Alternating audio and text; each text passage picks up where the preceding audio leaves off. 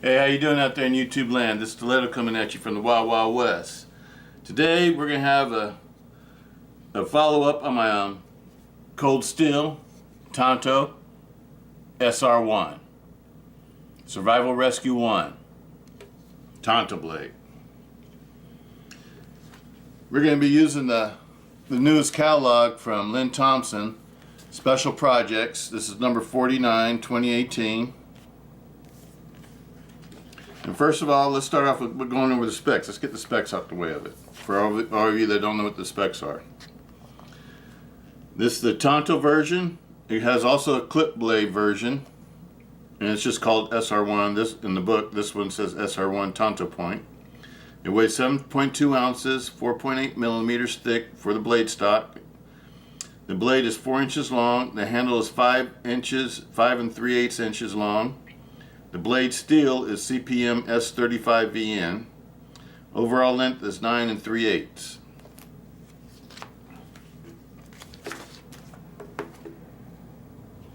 Let's weigh it real quick to see if the weighing is right.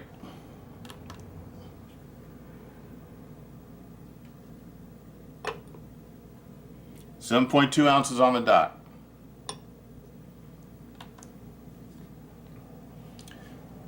This is mine, my personal one. I showed it to you a while back in the first video I made for this year. Now, this video is going to be exclusively on the SR1. I've been carrying this ever since I made that first video, and I gotta tell you, I absolutely love this blade.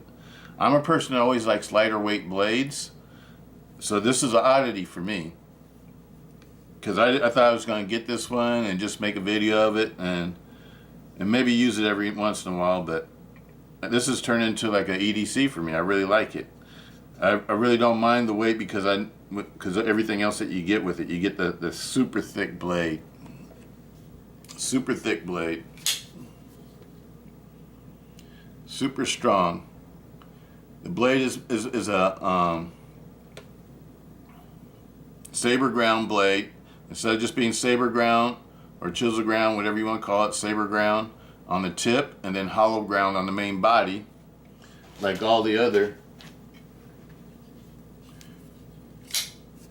Cold Steel Tanto folding knife Tantos are. See, this one's hollow ground on the main body of the cutting edge of the blade, and then it's saber ground up here. It gives it a real strong tip, and you're able to cut very well with it. It holds the edge very nicely. This one also is CPM S35VN.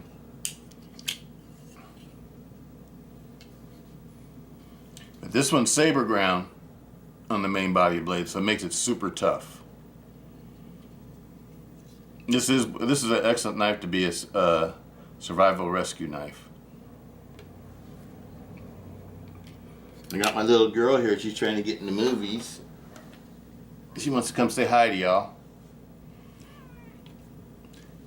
That's my girl Juno. Okay, sweetie. I love you too.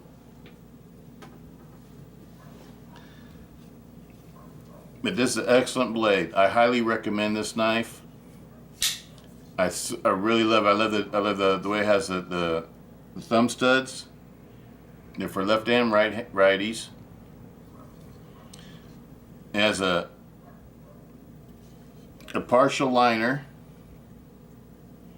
Partial liner made out of stainless steel, heat treated stainless steel, that encompasses not only the lock bar pivot points, but also encompasses the blade pivot point. So it's built to be super strong. I like the new pivot point screws too. I just like the way it looks. It matches the thumb studs.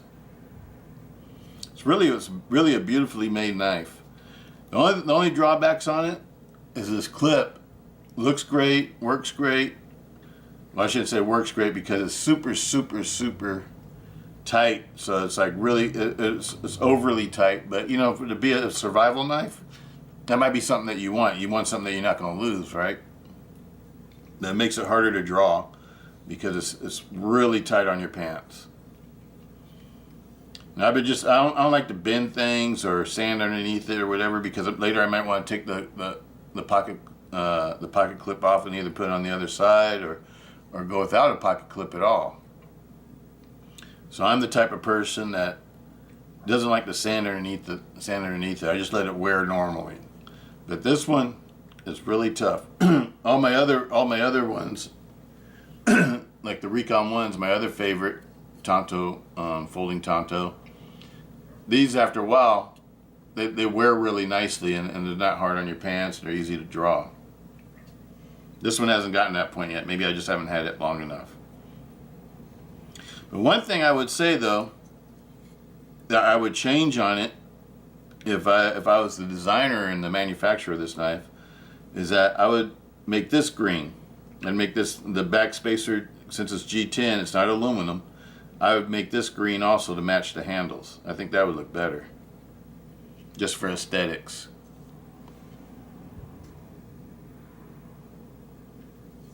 Other than that, I really like this knife. I like it just the way it is. And instead of having phosphorus bronze washers in between the handle and the blade stock, it just has a thick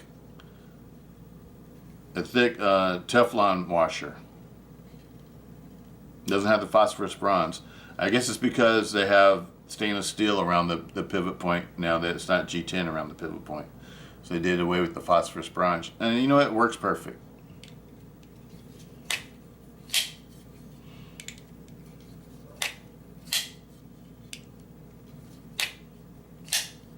So, you know, you can't complain about it.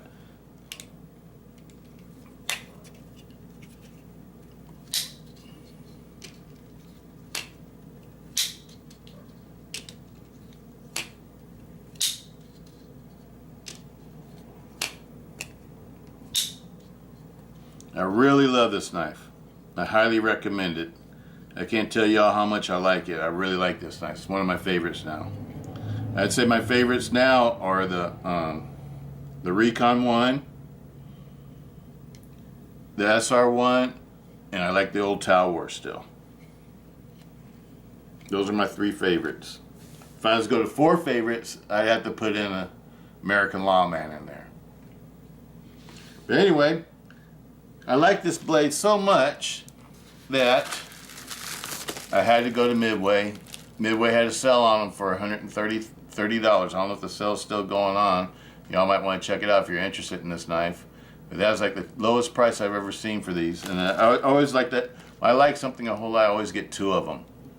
But I decided I was going to wait until the price went down before I got another one. And I saw this on Midway for $130. And I had to get it. But anyway, let's do an unboxing.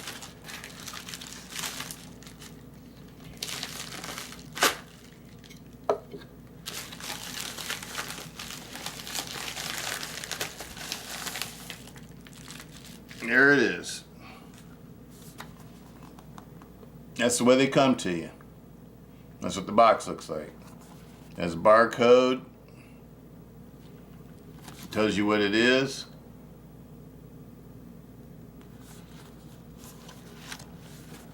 And the model nomenclature. Okay. Let's see what Midway sent me.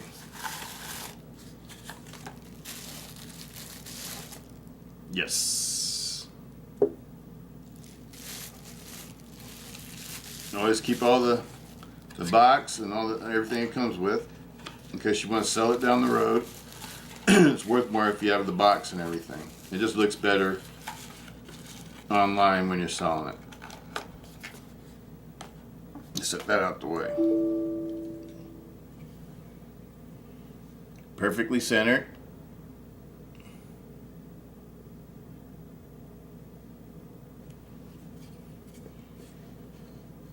I guess my handle did wear down a little bit because this one feels a lot more grippy than my old one. Looks perfect.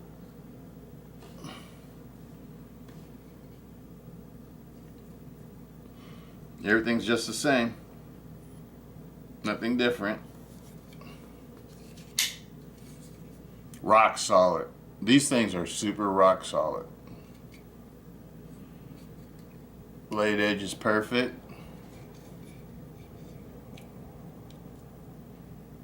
Still, this one's not broken in.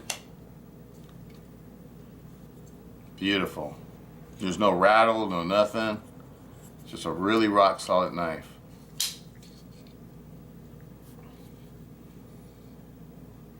Now, I love it so much, I had to get another one. And y'all know me.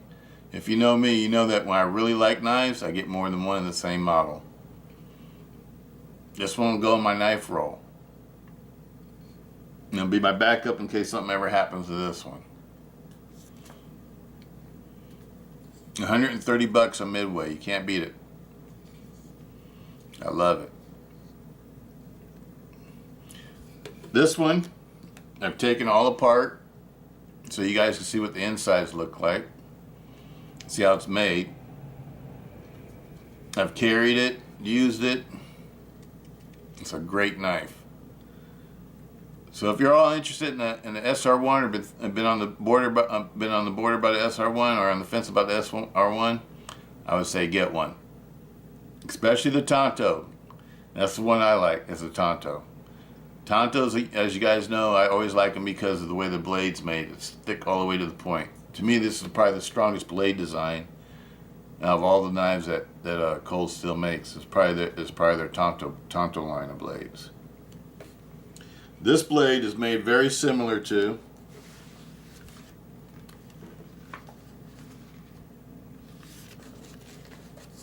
the Warcraft series. It's like a folding Warcraft more than it is to me a survival rescue. Survival rescue knives are hollow ground.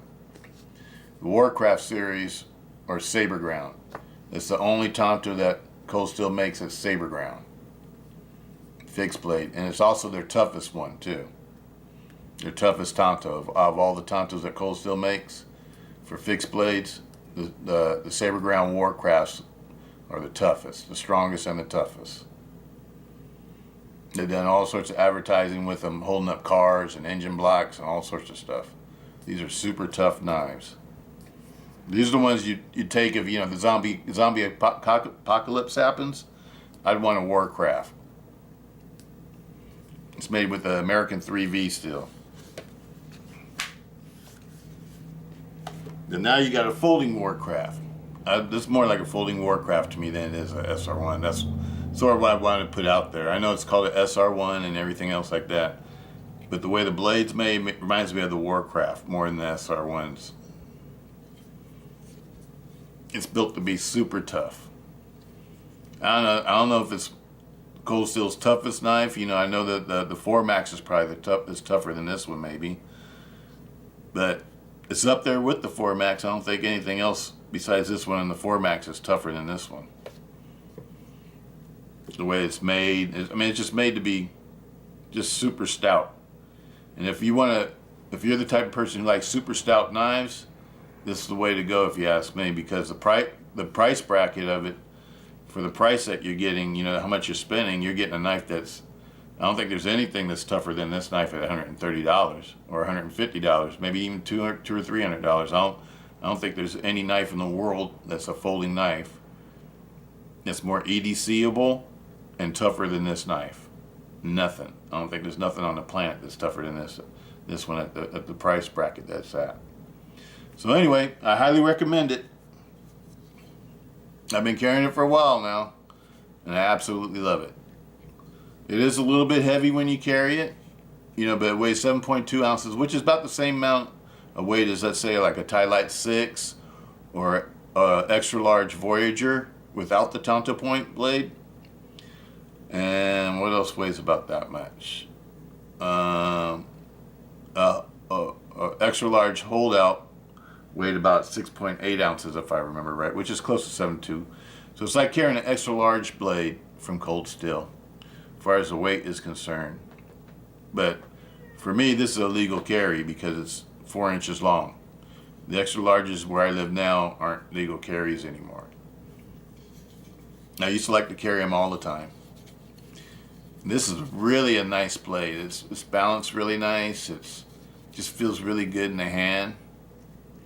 Feels a little bit blocky, you know, but I don't mind though, you know, for the price point and what it's supposed to be. It's supposed to be a survival knife. It's not supposed to be a glamour knife. It's not supposed to be something that's pretty. It's supposed to be a tool that can help you out when you really need it. You can do all sorts of different things. You know, it could be, you know, you can use it as a lightweight pry bar if you need to, you know, where this blade is. I don't never use knives for prying or whatever, but I can see how this one could be used as for a prying purpose, because it's like super strong. And I can see how this would be good for splitting wood, for batoning through wood, as opposed to the other folders. It's a really super stout knife. Highly recommend it. Well, anyway, that's it. I've been going on long enough about it. There they are. Peace out. Stiletto.